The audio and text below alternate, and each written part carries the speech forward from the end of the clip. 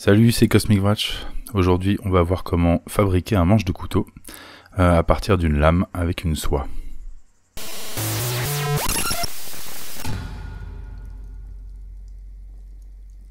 Alors, ça c'est une lame Mora que j'ai payé une dizaine d'euros. La soie, donc c'est la partie qui était fléchée là, qui va être à l'intérieur du manche.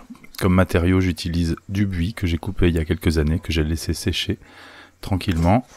De l'acier XC75 tout simplement pour les intercalaires, on pourrait utiliser n'importe quel type de métal. Et puis j'ai décidé d'essayer de faire des rondelles de cuir à partir de collet végétal, 3,2 mm d'épaisseur.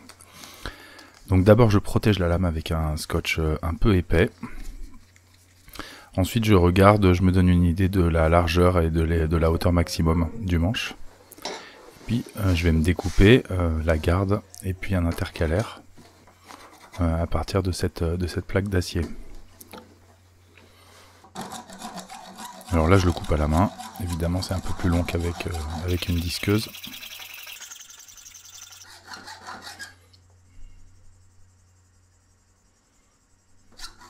Mais ça fait les biscottos.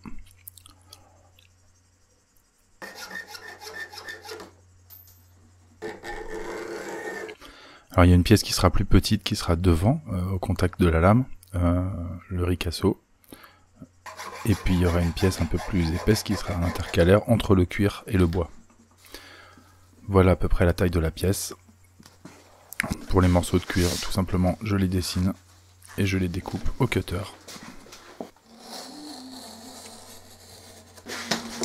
Lame neuve de cutter, ça coupe très très bien.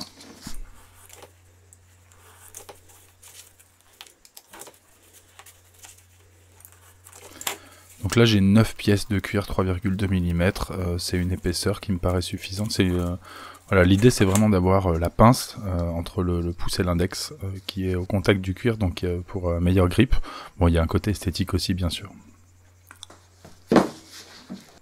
Donc là je vais retirer la partie du bout de ma branche qui est un peu trop tarabiscotée.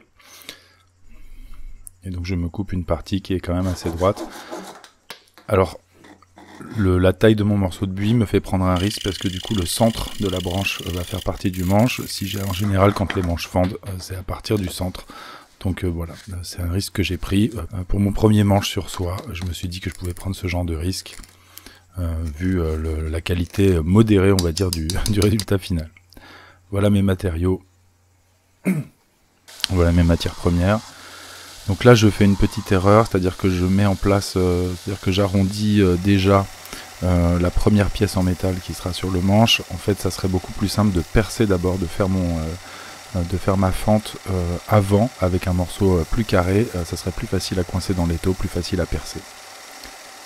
Bon, j'ai un morceau rond, et puis pour l'autre morceau j'arrondis juste un petit peu les angles, je le mettrai en forme plus tard.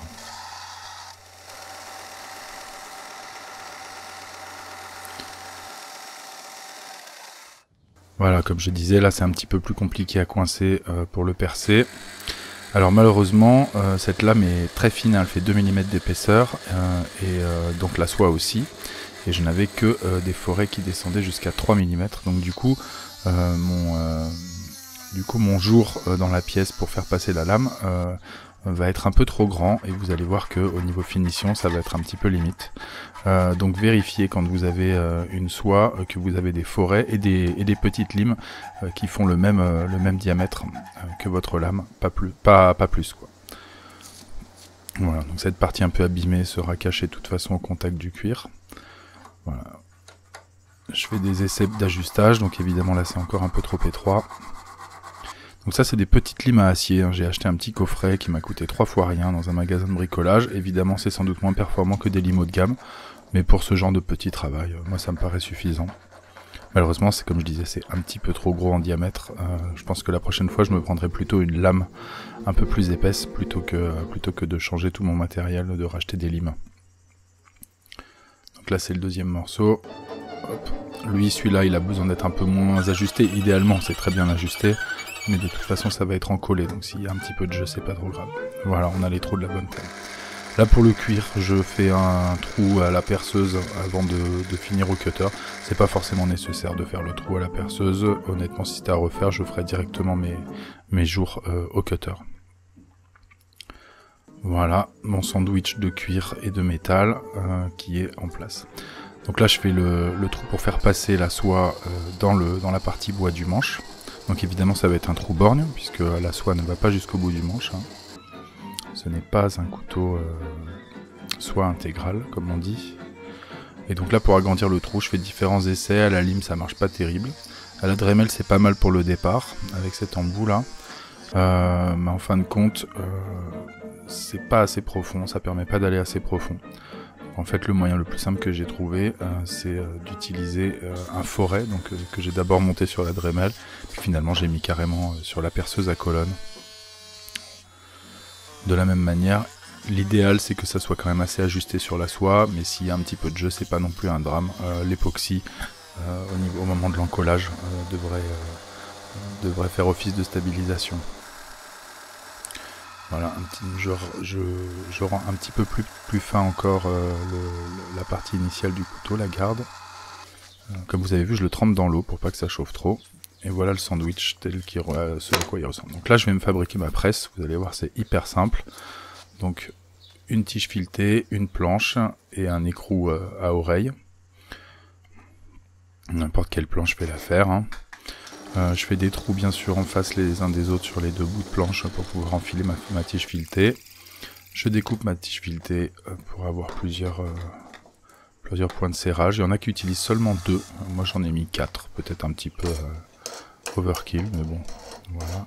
Un petit essai avant l'encollage pour vérifier que tout fonctionne bien, parce que c'est pas au moment où on fait l'époxy qu'on doit se rendre compte qu'il y a un souci. Et je démarre l'encollage. Donc c'est de l'époxy prise lente, ça permet d'avoir bien le temps de travailler. En fin de compte, mon encollage il m'a pris 5 minutes, mais si jamais il y avait un problème, j'aurais une bonne vingtaine de minutes pour travailler.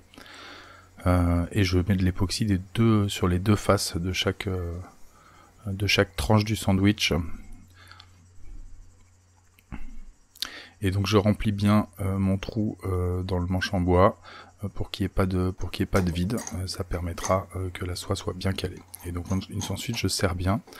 On voit pas, mais en fait sur la pointe, en face de la pointe du couteau, j'ai fait une petite encoche dans la planche en bois pour que ça soit bien calé.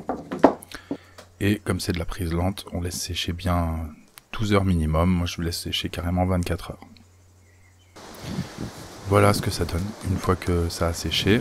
Et donc là maintenant on va pouvoir s'attaquer à la forme du manche.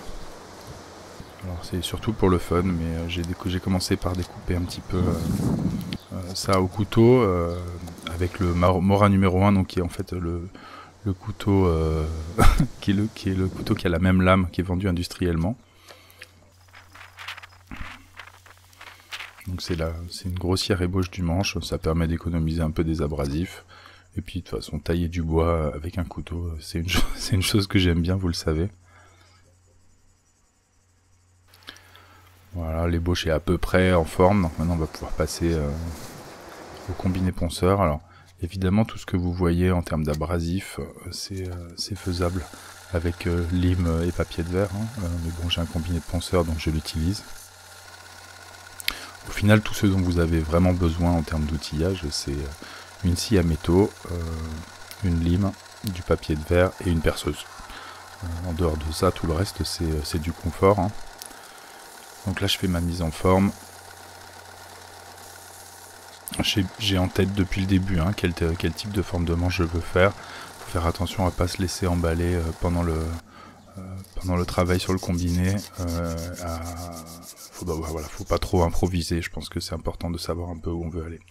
Et donc là la partie classique pour les manches de couteau, hein, le ponçage à la main. On a beau avoir un combiné ponceur, il y a toute une partie que le ponçage à main remplacera jamais. Donc je vais utiliser des grains de plus en plus fins. Je force un petit peu sur l'intercalaire en métal puisqu'il y a des rayures, donc je veux les faire disparaître. Et je vais jusqu'à un grain assez fin. Il me semble que je suis allé jusqu'au grain 800. Donc comme vous voyez, il y a des traces un petit peu noires sur les rondelles de cuir. En fait, c'est du dépôt de métal. C'est possible de le faire partir en frottant avec par exemple avec du tampon Jex avant la finition. Bon, moi je l'ai laissé comme ça. Et là donc j'ai mis un mélange d'huile d'olive et de cire d'abeille.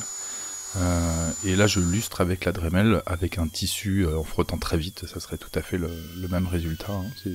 C'est juste que j'ai cet outil donc je l'utilise.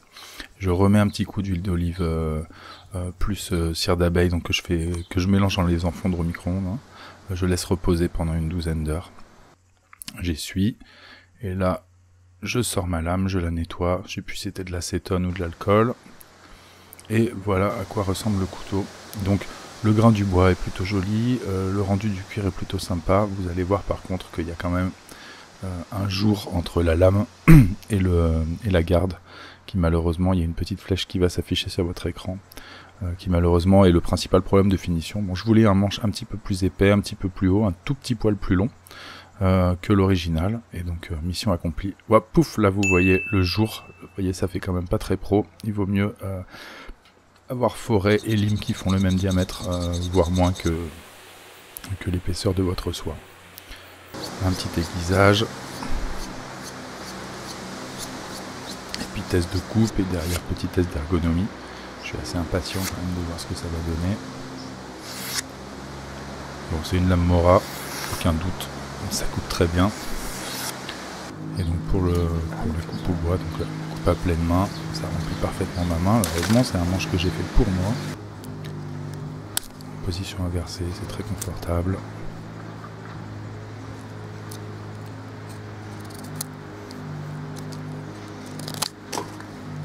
Voilà un couteau fonctionnel et joli. Ça m'a pris, je sais pas combien, ça m'a pris, je sais pas, peut-être 8 heures, parce que je suis pas très doué et que je prends mon temps.